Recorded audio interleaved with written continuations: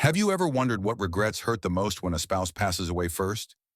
It is not an easy question to ask, but it is one of life's most certain realities. And when we avoid it, we leave ourselves open to unspoken words, unresolved conflicts, and missed moments that can never return. The truth is grief will always bring pain, but regret is something we can prevent if we see it early enough. In today's video, we will uncover 5 powerful regrets many people face when their spouse dies first. These regrets do not come from rare tragedies. They are born from everyday choices, from things left unsaid, from conversations delayed, and from moments we take for granted. But hidden inside these regrets is also a gift. The gift of awareness, the chance to change while there is still time, to love more openly, to prepare wisely, and to live without unnecessary sorrow. Before we begin, I would love to know where you're watching from today. Share your city or country in the comments. And if you find value here, consider subscribing to the channel so you never miss content that helps you live stronger, healthier, and more prepared after 65. Now let us begin with the very first regret. One of the deepest regrets people face when their spouse passes away first is realizing how many loving words were left unsaid. It is easy after years together to fall into the rhythm of routine. We share meals, manage the home handle, daily chores, and talk about family matters. But somewhere along the way, we forget to say the simple things that matter most. Words like I love you, I appreciate you, you make my life better. When those words are unspoken, their absence is felt sharply once your partner is gone. It leaves behind a longing that nothing can replace. We often assume our spouse already knows how we feel. But research in psychology shows that verbal affirmation strengthens bonds. It calms insecurities. It nurtures emotional closeness. Words are not just sounds, they are evidence of love made visible. When they are missing, even if love was present, a quiet ache remains. That ache sounds like a question that cannot be answered anymore. Did they truly know how much I valued them? Did they feel how much joy they brought to my life? That question can follow a surviving spouse for years. Think of George, an 82-year-old man who lost his wife after more than 50 years of marriage. What kept him awake at night was not the arguments they had.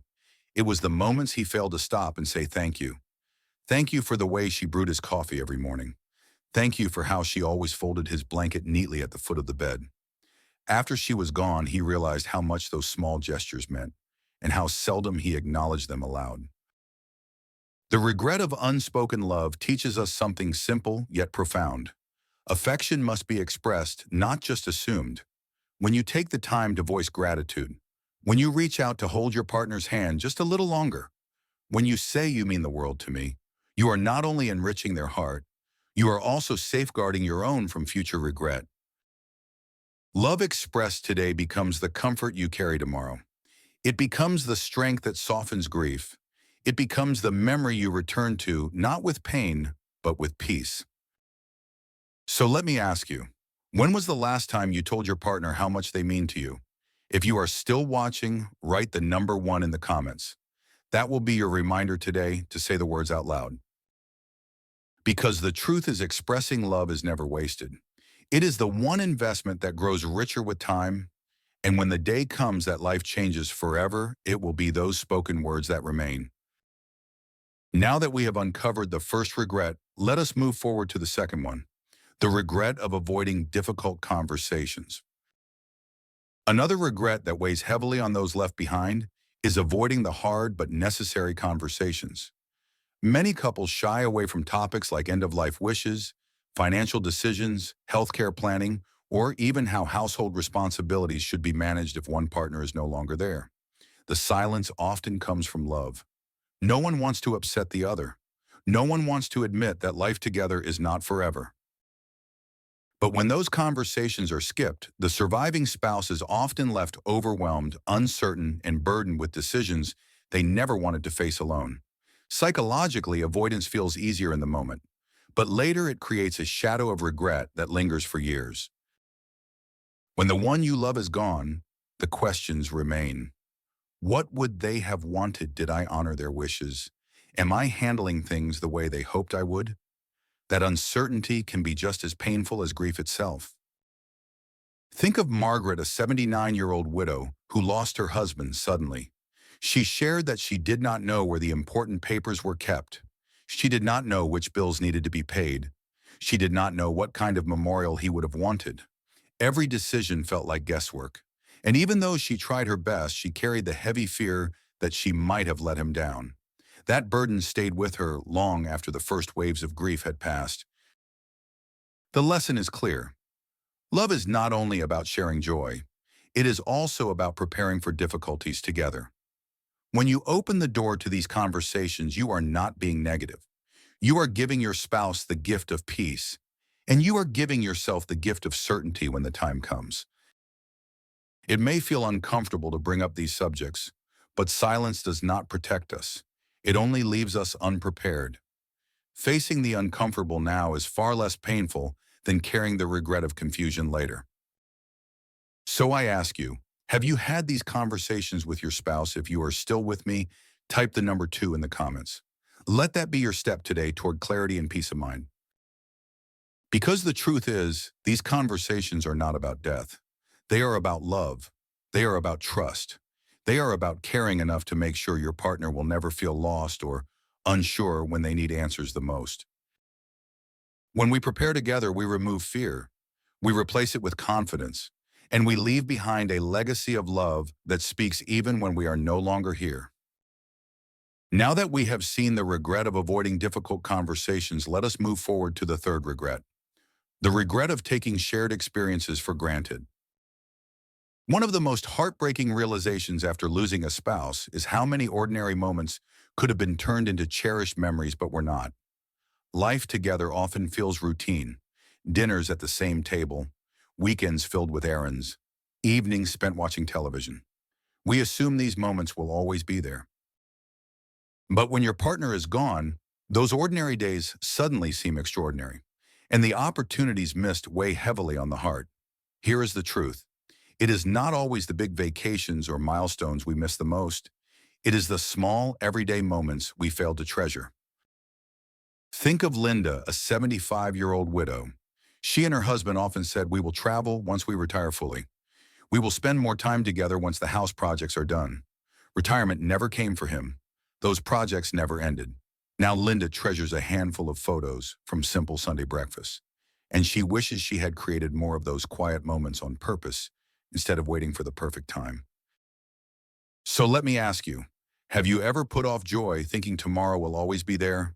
Tomorrow is never guaranteed, and the regret of waiting too long can last a lifetime. From a psychological perspective, humans adapt quickly to comfort. We assume abundance. We believe there will always be another walk in the park, another talk late into the night, another chance to laugh together. But this sense of abundance is an illusion. Time has a way of ending suddenly. That is why it matters to pause. To pause and make space for shared laughter. To pause and enjoy a meal without distractions. To pause and say yes to a small trip even when life feels too busy. Memories are not luxuries. They are the treasures that carry us through loss. Think about John, an 80-year-old widower. He said the most painful part of losing his wife was not missing the big events. It was missing her voice when they took evening walks. It was the comfort of her hand resting in his while sitting quietly on the porch. Those were the gifts he did not realize were priceless until they were gone. So here is a gentle warning. Do not let routine steal the beauty of your days. Every moment you share has the power to become a memory, and when loss comes, it will be those memories that keep you standing. If you are still with me, type the number 3 in the comments. Let that be your reminder today to create a memory on purpose, no matter how small. Because love is lived in the present, not in the promises of someday. Someday may never arrive, but today is still here waiting for you to claim it. Now that we have seen how taking experiences for granted can turn into deep regret, let us move forward to the fourth regret, the regret of neglecting personal independence and identity. Another regret that often surfaces after the loss of a spouse is realizing how much of one's own identity was set aside during the marriage. It is natural, especially in long unions, to lean on your partner for companionship, decisions, and daily purpose. But when one partner passes, the other may suddenly feel lost. not only grieving their loved one, but also grieving the part of themselves that disappeared along the way. Here is the danger. When your sense of self depends entirely on your spouse, their absence can feel like your entire foundation has been taken away. It is not only the loss of a partner, it is the loss of direction, identity, and confidence. Think of Thomas, an 81-year-old man married for nearly 60 years. His wife handled all the social connections. She arranged gatherings, called relatives, and kept friendships alive. When she passed, Thomas felt painfully isolated. He admitted he did not know how to keep those relationships going without her. His grief was multiplied by loneliness, a loneliness that came from not having his own independent network. So let me ask you, do you have friendships or activities that belong to you apart from your spouse? Or have you allowed your world to shrink too small? This is not a question of love. It is a question of balance. A healthy marriage is built on togetherness, but it also requires space for individuality. When that balance leans too far into dependency, regret can grow quickly. Because once your partner is gone, you may realize you never nurtured your own growth, your own hobbies, your own friendships. Here is a gentle warning. Neglecting yourself does not serve your marriage. It leaves both partners more vulnerable. When you cultivate your own strength, your own identity, you enrich the relationship. You bring new energy into it, and you prepare for the day when you may have to walk alone. Consider Susan, a 77-year-old widow. She shared that after her husband passed, she struggled even with simple decisions. What to eat, where to go, who to talk to, because she had leaned on him for everything. She had forgotten how to lean on herself. Her grief was deepened by fear. So here is the truth. Maintaining your independence is not selfish. It is essential. It gives you resilience. It gives your spouse peace knowing you will be okay even if life changes. And it gives your marriage more depth because two whole individuals build a stronger union than two halves clinging to each other. So I encourage you to ask yourself today, what is one thing you can do this week that belongs to you alone? It could be a hobby, a friendship, a class, even a daily walk to clear your mind. And if you are still watching, type the number 4 in the comments. Let that be your reminder to nurture yourself as much as you nurture your love. Because when independence grows alongside love, both partners thrive. And when loss eventually comes, you carry not only grief, but also the strength to keep moving forward. Now that we have seen the regret of neglecting independence and identity, let us turn to the fifth and final regret. The regret of failing to repair conflicts or let go of grudges.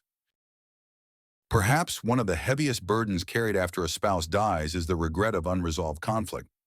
Every marriage has disagreements, frustrations, and moments of hurt. That is normal.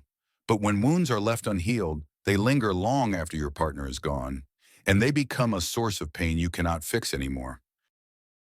Here is the reality. The silence of death leaves no chance for apologies, no chance for forgiveness, no chance to soften the anger that once felt important, but now feels meaningless. Think of Barbara, a 76-year-old widow. Her last conversation with her husband was an argument about a misplaced letter. She never imagined that night would be the last chance to speak with him. After he passed, the weight of that final fight became one of her greatest sorrows. It was not about the letter. It was about the love she wished she had expressed instead of frustration. So let me ask you, when was the last time you chose peace over pride? Did you let go of anger, or are you still holding on? Because the truth is, we never know which conversation might be the last. Here is a gentle warning. Holding on to conflict feels justified in the moment. We tell ourselves we will fix it later, or time will heal it, but sometimes later never comes, and time runs out before forgiveness is spoken. From a psychological perspective, unresolved conflict turns into regret that cuts deeper than the argument ever did. Survivors often look back and realize the argument did not matter. What mattered was the missed chance to make peace, to say I forgive you, or even just to smile again before it was too late. Think of Michael, an 80-year-old widower. He shared that after his wife died, the memory of their last disagreement replayed in his mind over and over. It was about something small, but the regret grew enormous because he could never change it. He said, if I had known it was the last day, I would have held her hand instead of raising my voice. So let me remind you, reconciliation is a daily choice. It does not erase the past, but it frees you to live fully in the present. And it ensures that if tomorrow never comes, love, not conflict, will be the last memory you carry. If you are still watching, type the number 5 in the comments. Let that be your reminder today to make peace while you still can. Because when we let go of grudges, we protect ourselves from one of the heaviest regrets of all. The regret of realizing too late that love should always have the last word. Now that we have uncovered the fifth and final regret, let us bring everything together in our closing thoughts. As we close this journey together, let us pause and reflect on the 5 regrets we explored. Not expressing enough love and appreciation, avoiding the difficult conversations, taking everyday experiences for granted, neglecting personal independence and identity, and failing to repair conflicts or let go of grudges. Each of these regrets can leave a lasting ache when a spouse passes first, but each also carries a powerful lesson, the lesson that there is still time to say the words, still time to prepare with courage, still time to treasure today instead of waiting for tomorrow, still time to nurture yourself alongside your marriage, and still time to make peace before it is too late. Loss will always be a part of life, but regret does not have to be. By making these small choices today, you soften the grief of tomorrow, you strengthen the bond you share, and you walk forward with fewer burdens on your heart. So let me ask you, what is one change you can make today to live more openly, more wisely, and with less regret? Share it in the comments. Your story may inspire someone else who needs to hear it. And if you found value in this message, consider subscribing to the channel. Together, we can keep learning, keep growing, and keep living with love that lasts far beyond the years we are given. Thank you for being here today. We look forward to seeing you again in the next video.